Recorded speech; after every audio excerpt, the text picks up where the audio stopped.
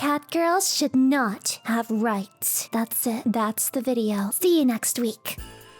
Okay, fine. I will elaborate. Not because I think cat girls deserve their day in court, but because it falls on me to make the humans realize their mistakes. You're gonna get over this crippling addiction, okay? And we're gonna get through it together. Or, you know, ignore me and go back to commissioning your Miqote in various casual outfits. I can't stop you. It's a free Eorzea, and your soul is definitely already on a highway to hell. So what harm could one more sin really cause? Now, my relationship with cat girls has been shaky, to say the least. But I've done my part. I've tried my best to understand your sick obsession, the overwhelming popularity of the ponytail style, the constant heterochromia, and as I drowned myself in countless works of literature on the subject of humanoid felines, I realized I can't do this alone. I'm not strong enough. I've only played 2 volumes of Miqote. That's nothing. That's kitty shit. We have no choice. We need to call in the experts for this one, humans. It's exactly who you think. The Samurai Zero legend, the king of mediocrity, the vanilla handholder, and more recently, the femboy apprentice.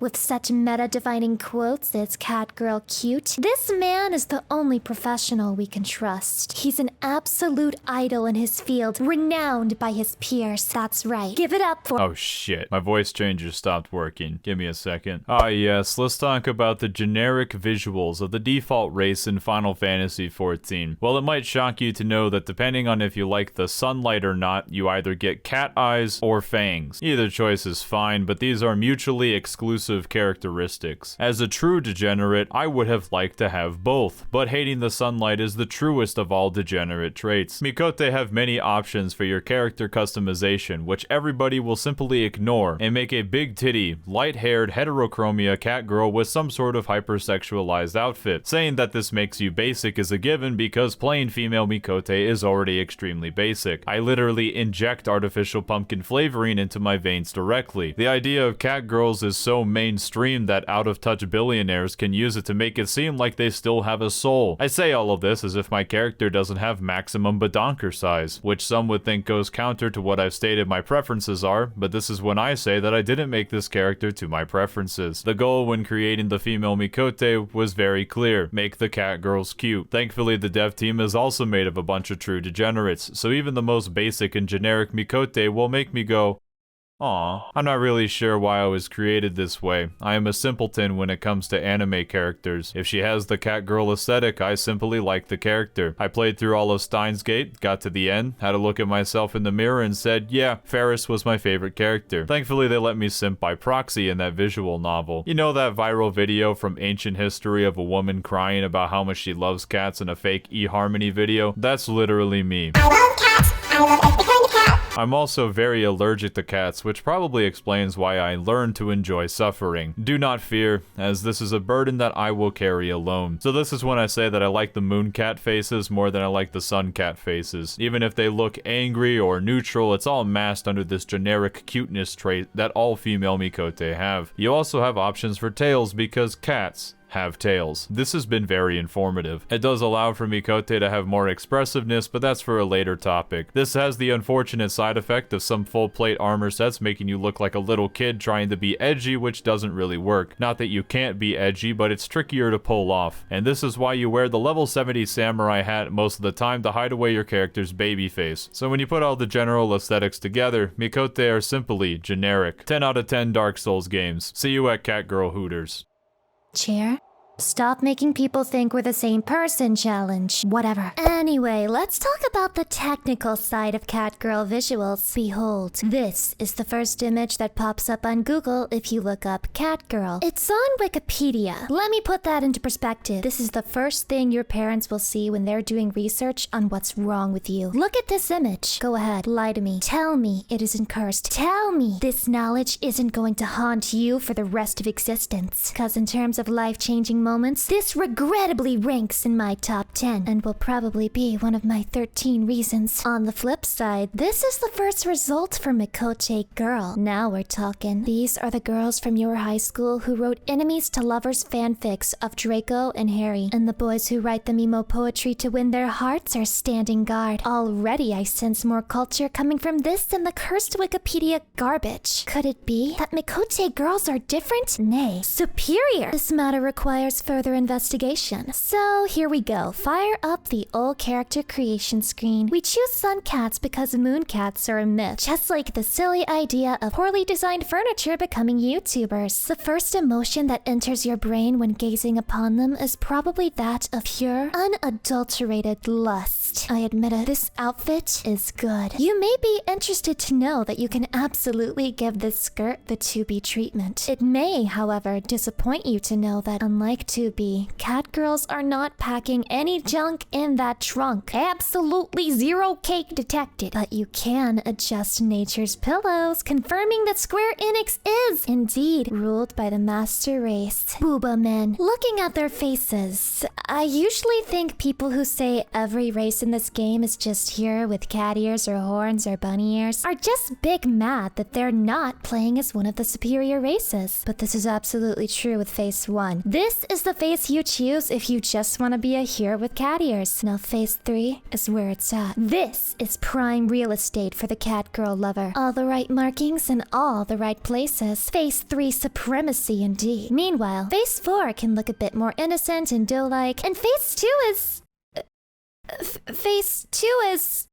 I don't know. What kind of vibe is this face giving? It's indescribable, but I feel like I could see this face claiming to be the lifeguard of my bathtub. Her eye options are eyelashes or more eyelashes. Your irises are huge or slightly less huge. Your eyebrows are angry, normal, or early 2000s Disney villain. And your lips can be Kardashian or white person forcing a smile when you make awkward eye contact with them in the hallway. I truly appreciate the furry eyebrows representation, which is used by maybe 7 people out of the entire player base. You could choose to give them some tattoos, but why would you when they look weird on face 3, the one you're almost definitely using? I would explain the racial differences a bit more, but I'm sure Chair's already told you about that in extensive detail. He takes YouTube pretty seriously, so I doubt he would get distracted or anything by talking about Steins Gate or that hug every cat girl. Why are you looking at me like that?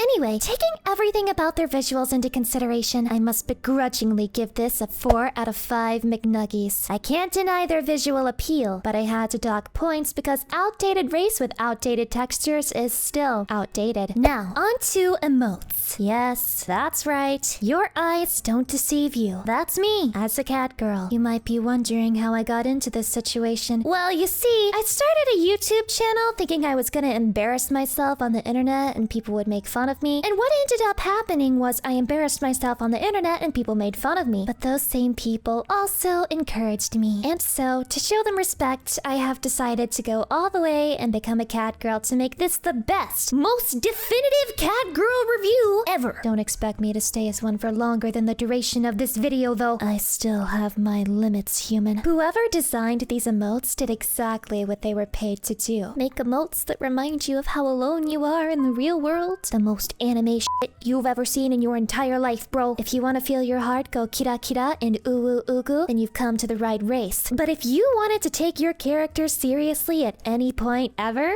we don't do that stuff in this neck of the woods, partner. Just be glad you get to see cat girls at all in this game and count your blessings, kid. Every happy and positive emote is the most genki kawaii sugoi desu animation you can think of. And you know what? I'm an anime girl myself. I appreciate it. I would even say I like it. But on the other hand, every negative emote makes her look like you just told her she can't shove pebbles up her nose. An absolute child's temper tantrum right here, gamers. Mom said it was her turn to play on the Xbox, and if you don't hand her the controller right now, she's gonna lose it! Once again, for the dose emote, I gotta give them credit. They let the imagination wander, you know?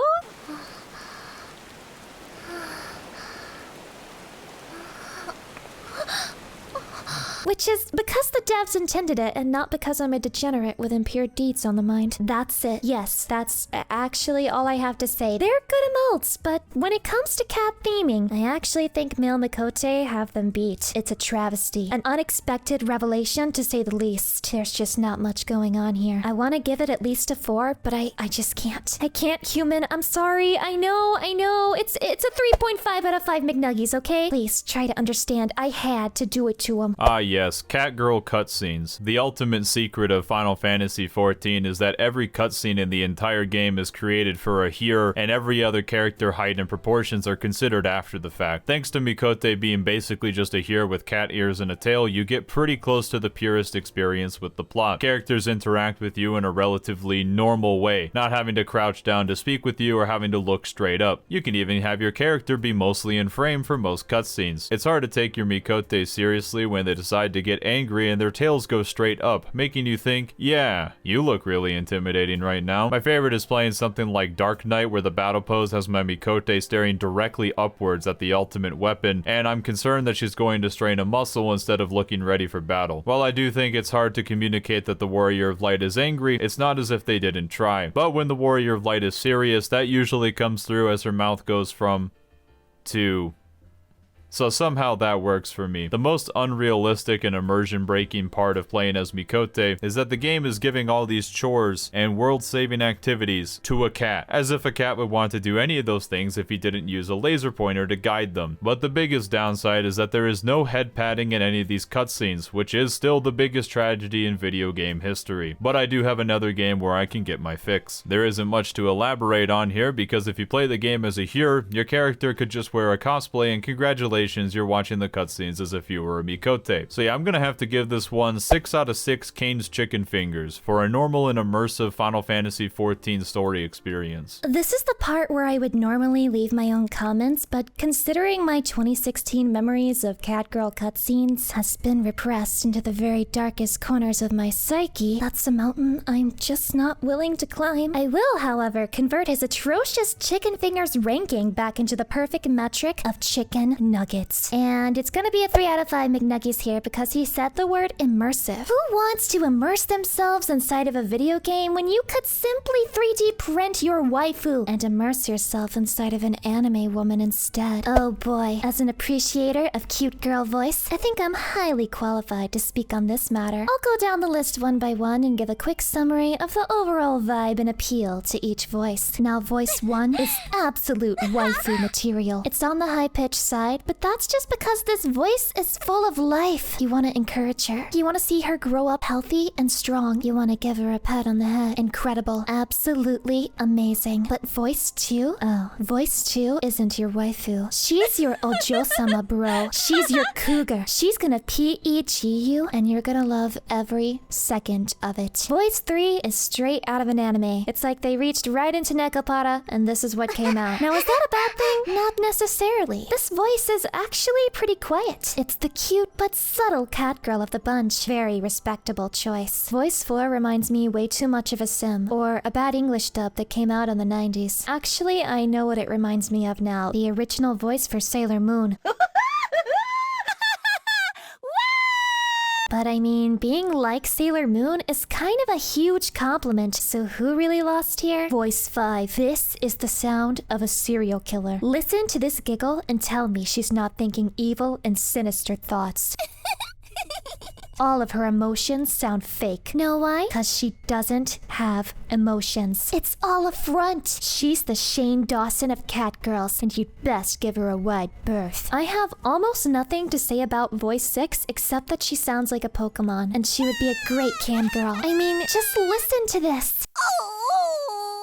Ah, yeah, that's the money shot. Voice 7. We have officially left Ugu territory. She almost sounds normal. It's refreshing, but coming from a cat girl, I know it's not trustworthy. Her laugh feels so out of place compared to her other emotes, but is also somehow endearing. I believe this is the legendary Gap Moe they talk about in the Weep community. Voice 8, and we're back in Sims territory. I assume she is a mother to very young children because this no emote sounds like she's talking down to someone who's either much younger or so far below her own intellect that she's mocking them. Voice 9 has e-girl energy. That's it. That's literally all I have to say about it. Voice 10 sounds like a drunk girl at a party who's decided to become your best friend, which means it's pretty good. You would think Voice 11 has anger issues, but then you get to her laugh, and it's kinda cute. I mean, I almost smiled. Only almost, though. What do you think I am? Cringe or something? Voice 12 has a very warm feeling to it. This is the girl you had a crush on in school, but you could never confess your feelings to. And also, she was so talented and popular, you never thought you had a chance. Definitely not speaking from personal experience and sadness and regret and sorrow. Psst. This is the part where I tell you the girl I had a crush on in high school was a Love Live character. So for the most part, these voices are really good. There's a voice for every fetish. Every gamer out there. I would almost consider giving it 5 out of 5 McNuggies, the absolute gold standard for voice options. But, and this is a big but, voice number 5 has brought down the entire team with this absolutely cursed battle noise.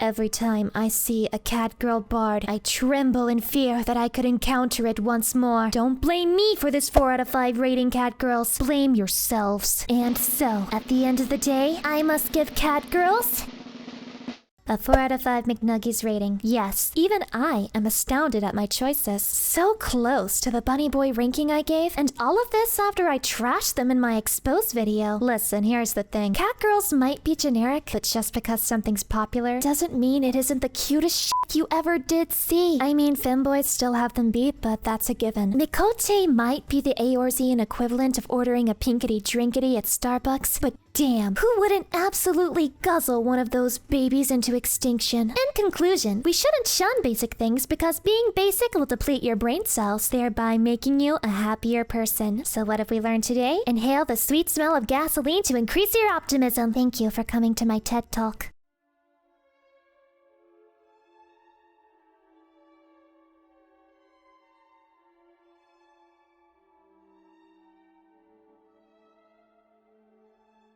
Once upon a midnight dreary, He's doing while it. I raided, weak and weary, Oh man. over many a wholesome and lewd volume of Necopara lore, If it's Mozart's fetish, bet you won't forget it, killer. while I nodded, nearly fapping, suddenly Yeah, there he came said a it. tapping, as of someone gently rapping at my chamber door. It's probably me. 'Tis some demon, I chortled, Yeah, let me in. tapping at my chamber door, Let me in though. only cringe, Like, and nothing more. after all the trouble I went through, you're still not gonna let me in, you stupid